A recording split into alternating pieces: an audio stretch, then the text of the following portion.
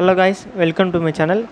இந்த வீடியோவில் வந்து என்ன பற்றி பார்க்குறோன்னா, இன்றைக்கி நடந்து முடிஞ்ச எஸ்எஸ்சி ஃபேஸ் 12 எக்ஸாமினேஷன் அனாலிசிஸ் பற்றி தான் பார்க்குறோம். அதாவது இன்றைக்கி நடந்த கொஷின் பேப்பர் ஈஸியாக, மாட்ரேட்டாக, டஃப்பாக, அதை பற்றி தான் டிஸ்கஸ் பண்ண போகிறோம். ஸோ மறக்காமல் நம்ம வீடியோ வந்து ஃபுல்லாக பாருங்கள். நம்ம வீடியோ இப்போ தான் ஃபஸ்ட் டைம் பார்க்குறீங்கன்னா மறக்காமல் சப்ஸ்கிரைப் பண்ணிவிட்டு பாருங்கள். ஃபர்ஸ்ட் ஆஃப் ஆல் சிலபஸில் எப்படிலாம் கேட்டிருந்தான், என்னென்னலாம் கேட்டிருந்தான் அப்படின்னு நம்ம டிஸ்கஸ் பண்ணுவோம். ஃபஸ்ட் டாபிக் ரீசனிங் வந்து இருக்கிறதுலே ரொம்ப ஈஸியாக கேட்டிருந்தாங்க. எல்லாத்தையும் அட்டன் பண்ணுற மாதிரி தான் கேட்டிருந்தான். அதாவது அனலாகிஸ்லேருந்து ஒரு 2 கொஷின் கேட்டிருந்தான். அண்ட் தென் பெட் ரிலேஷன்லேருந்து ஒரு 2 கொஷின் கேட்டிருந்தான். சிலாஜிசம்லேருந்து 2 கொஷின் கேட்டிருந்தான். அண்ட் தென் வந்து எல்லாமே ஈஸியாக தாங்க இருந்தது, அந்தளவுக்கு ஒன்றும் ஹார்டாகவும் இல்லை. அப்புறமா வந்து நீங்கள் ப்ராக்டிஸ் பண்ணியிருந்தீங்கன்னா அது கண்டிப்பாக ஈஸியாக எல்லாத்தையும் 25 அவுட் ஆஃப் 25 நீங்கள் அட்டன் பண்ணலாம். நெக்ஸ்ட் டாபிக் பார்த்தீங்கன்னா ஜென்ரல் அவேர்னஸ் வந்து ரொம்ப ஈஸியாக கேட்டிருந்தாங்க. அதாவது 2 ஆக்ட் கேட்டிருந்தான். 2 ஆக்ட்டுமே ஒரே இது தான், ஒரே டாப்பிக்கில் ரிலேட்டட் தான். அப்புறமா கரண்ட் அஃபேர்ஸ்லேருந்து ஒரு கமிஷன், அதாவது நேஷ்னல் ஹைவே அத்தாரிட்டி கமிஷன் வந்து யார் அப்பாயின்மெண்ட் பண்ணா அப்படின்னு கேட்டிருந்தாங்க. அண்ட் தென் கவர்னரை பற்றி ஒரு 2 கொஷின் கேட்டிருந்தாங்க. அப்புறமா எடுத்துக்கிட்டிங்கன்னா குப்தா பீரியடில் வந்து யார் போயட்ரியாக இருந்தால் அவங்க வந்து என்ன நூல் எழுதியிருந்தாங்க அதை பற்றி கேட்டிருந்தாங்க. அண்ட் தென் வந்து அப்படியே இண்டஸ் வேலி சிவிலைசேஷன் அங்கங்கே இருந்து ஒரு 2-3 கொஷின் கொஞ்சம் டஃப்பாக தான் இருந்தது. கரண்ட் அஃபேர்ஸில் வந்து அந்த நேஷ்னல் அத்தாரிட்டி கமிஷன் வந்து யார் அப்பாயின்ட் பண்ணாது கொஞ்சம் டஃப்பு தான். அப்புறமா வந்து சொல்கிறேன் மறந்துட்டேன் பாருங்கள். தென் நம்ம ஃபண்டமெண்டல் டியூட்டிஸ் இருக்கும் பார்த்தீங்களா, அதெல்லாம் வந்து தரவாக படிச்சுங்க. அதுலேருந்து ஒரு கொஷின் கேட்டாங்க. அண்ட் தென் வந்து நம்ம சென்சஸ் எடுத்தாங்க பார்த்தீங்களா 2011, அந்த சென்சஸ் வந்து கேட்டிருந்தாங்க. அண்ட் தென் ஜென்ரல் சயின்ஸ் வந்து 2 கொஷின் கேட்டிருந்தாங்க. ஒரு கொஷின் ஈஸியாக தான் இருந்தது, ஒரு கொஷின் தான் வந்து கொஞ்சம் டஃப்பாக இருந்தது.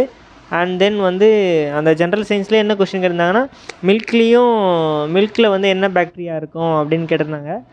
அண்ட் தென் அப்புறமா டான்ஸு, ஃபெஸ்டிவல்ஸு அதெல்லாம் வந்து நல்லா தரவாக படிச்சுங்க. ஸ்டாட்டிக் ஜிகேலேருந்து அதெல்லாம் கேட்டிருந்தான். அப்புறமா வந்து எல்லாமே ஈஸியாக தான் இருந்துங்க, அந்தளவுக்குலாம் ஒன்றும் கஷ்டமாக இல்லை. அப்புறமா எல்லாத்துக்கும் இயர்ஸ்லாம் கரண்ட் அஃபேர்ஸில் வந்து டேட்ஸு, மந்த்ஸு அதெல்லாம் தரவாக வச்சுக்கணும். ஹிஸ்ட்ரியில் வந்து இயர்ஸ்லாம் வந்து நம்ம தரவாக வச்சுக்கணும். அண்ட் நெக்ஸ்ட் டாபிக் போனிங்கன்னா மேக்ஸு வந்து மேக்ஸும் ஈஸி தாங்க. அதாவது பர்சன்டேஜஸ்லேருந்து ஒரு 2 சம்மு கேட்டிருந்தான். அப்புறமா ஆவரேஜு, அண்ட் தென் வந்து பார்த்திங்கன்னா பர்சன்டேஜ், ரேஷியோ ப்ரொபோர்ஷன் அந்த இதுலேருந்து தான் மேஜராக வந்து அவன் பிடிச்சிருந்தான். அண்ட் தென் சிம்பிளிஃபிகேஷன்லேருந்து ஒரு 2 சம்மு கேட்டிருந்தான். சிம்பிளிஃபிகேஷன்லாம் ரொம்ப ஈஸியாக கேட்டிருந்தான். 25² + 75² + 50² அந்த மாதிரி தான் 5 ரிலேட்டட்லேயே கேட்டிருந்தான். ஈஸியாக தான் இருந்துச்சு. சிம்பிளிஃபிகேஷனில் ஒரு 2 கொஷின். அண்ட் தென் வந்து பார்த்திங்கன்னா அல்ஜிப்ராலேருந்து ஒரு 2 கொஷின் ஏதோ கேட்டிருந்தாங்க. மேஜராக இந்தமாரி டாபிக்ஸ்லேருந்து தாங்க எடுத்தாங்க, நிறைய வந்து விட்டுட்டாங்க. அந்த ஜாமெண்ட்ரிலேருந்து கேட்டாங்கன்னா தெரியல, லாஸ்ட் எனக்கு டைம் ஆகிடுச்சு, அது லாஸ்ட்டாக அட்டன் பண்ணனால அதை கொஞ்சம் விட்டுட்டேன். அப்புறம் ட்ரிக்னாமெண்ட்ரிலேருந்து கேட்டிருந்தான். ட்ரிக்னாமெண்ட்ரியில் நல்லா படிச்சுக்கோங்க. ட்ரிக்னாமெண்ட்ரிலேருந்து ஒரு கொஷின் கேட்டிருந்தாங்கன்னு நினைக்கிறேன். அண்ட் தென் பார்த்திங்கன்னா இந்த ரீசனிங்லேயே வந்து மிரர் இமேஜ் கேட்டிருந்தான். அது மிரர் இமேஜ் நல்லா பார்த்துக்குங்க. மிரர் இமேஜ், டீகோடிங்கு அதெல்லாம் கேட்டிருந்தாங்க, அதெல்லாம் நல்லா பார்த்துக்குங்க. அண்ட் தென் நெக்ஸ்ட்டு டாபிக் போனீங்கன்னா இங்கிலீஷ் வந்து பிளாக் புக்கை தரவாக படிச்சுக்கோங்க. நான் பிளாக் புக் படிச்சுட்டு போனேன், அதுலேருந்து ஒரு 4 கொஷின் கரெக்டாக அப்படியே பிளாக் புக்கில் இருந்தது வந்தது. அதாவது நம்ம பார்த்திங்கன்னா இடியம்ஸ் கேட்டிருந்தாங்க. அப்புறமா ஒன் வேர்ட் சப்ஸ்டியூஷன் கேட்டிருந்தாங்க. அப்படியே பிளாக் புக்கிலேருந்து அப்படியே வந்துருந்துச்சு.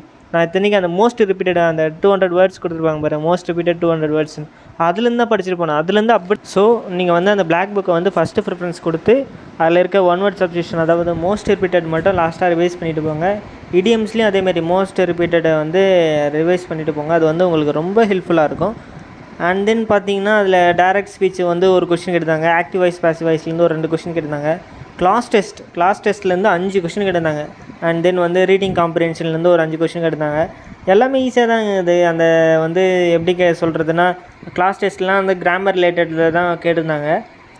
ஸோ நீங்கள் வந்து ப்ராப்பராக ப்ரிப்பேர் பண்ணிட்டு போனீங்கன்னா, அதாவது ஒரு 2-3 மார்க் டெஸ்ட்டாச்சு அட்லீஸ்ட் போட்டிருந்தீங்கன்னா ஒரு டைம் மேனேஜ்மெண்ட் கிடைக்கும். அண்ட் தென் வந்து ஒரு ஐடியா கிடைக்கும். ஸோ நீங்கள் வந்து ஒரு எக்ஸாமுக்கு போகிறதுக்கு முன்னாடி ஒரு அட்லீஸ்ட் ஒரு 2 மார்க் டெஸ்ட்டாச்சு போட்டிங்கன்னா கொஞ்சம் டைம் மேனேஜ்மெண்ட் நீங்கள் வந்து கற்றுக்கலாம். டைம் தான் கொஞ்சம் பத்தாது, ஏன்னா 100 கொஷின் 60 நிமிஷம். ஸோ வந்து டைம் மேனேஜ்மெண்ட் பார்த்துக்குங்க. ஏன்னா இந்த வாரம் 26ஆம் தேதி வரைக்கும் இந்த ஃபேஸ் 12 எக்ஸாம் நடக்குதுன்னு நினைக்கிறேன். ஸோ இதுக்கப்புறம் வர கிராஜுவேட்ஸ் வந்து, அதாவது ஆஸ்பிரண்ட்ஸ் வந்து ப்ராப்பராக எழுதணும் அப்படின்றதுக்காக தான் இந்த வீடியோ. ஸோ முக்கியமான டாபிக் நான் சொன்னதெல்லாம் வந்து படிச்சுக்குங்க. ஈஸியாக தான் இருக்கும், நமக்கு டைம் தான் பத்தாது. எல்லா கொஷினும் தெரிஞ்சும் நம்ம விட்டு வந்தோன்னா அது நமக்கு யூஸ்ஃபுல்லே கிடையாது. ஸோ டைம் மேனேஜ்மெண்ட் வந்து பார்த்துக்குங்க. ஓவரால் நீங்கள் படித்தது மட்டும் இப்போதைக்கு ரிவைஸ் பண்ணிவிட்டு போனீங்கன்னா ப்ராப்பராக அதை ப்ரெசென்ட் பண்ணிங்கனாலே போதும். அதுவே நமக்கு வந்து கட் ஆஃப் வந்து அதிகமாக அடையும். ஓவரால் இப்போ என் கருத்து கணிப்புப்படி கட் ஆஃப் எவ்வளோ வரும் அப்படின்னு பார்த்தீங்கன்னா 150+ ஷுவராக வரும். ஏன்னா வந்து நமக்கு ஃபஸ்ட்டு பார்ட் ரீசனிங்கும் ஈஸி, அண்ட் தென் ஜென்ரல் நாலேஜும் அந்தளவுக்கு கஷ்டமாக ஒன்றும் இல்லை, அதுவும் ஈஸி.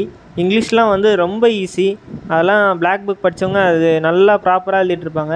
மேக்ஸிமம் பார்த்திங்கன்னா ஓவரால் கொஞ்சம் ஈஸி தான். ஸோ வந்து கட் ஆஃப் வந்து 150+ கூட வர வாய்ப்பு இருக்குது. ஸோ உங்களோட கட் ஆஃப் வந்து கமெண்ட்டில் லீவ் பண்ணுங்கள் எவ்வளோ எக்ஸ்பெக்ட் பண்ணுறீங்க அப்படின்னு. ஓகே நண்பர்களே, இந்த வீடியோ பிடிச்சிருந்தால் லைக் பண்ணுங்கள், மறக்காமல் சப்ஸ்கிரைப் பண்ணுங்கள் நம்ம சேனலை. உங்கள் ஃப்ரெண்ட்ஸ் யாராச்சும் எக்ஸாம் எழுத போகிறாங்கன்னா அந்த ஃப்ரெண்டுக்கு இந்த வீடியோ ஷேர் பண்ணி விடுங்க, அவங்களுக்கு ஹெல்ப்ஃபுல்லாக இருக்கும். Okay, thank you.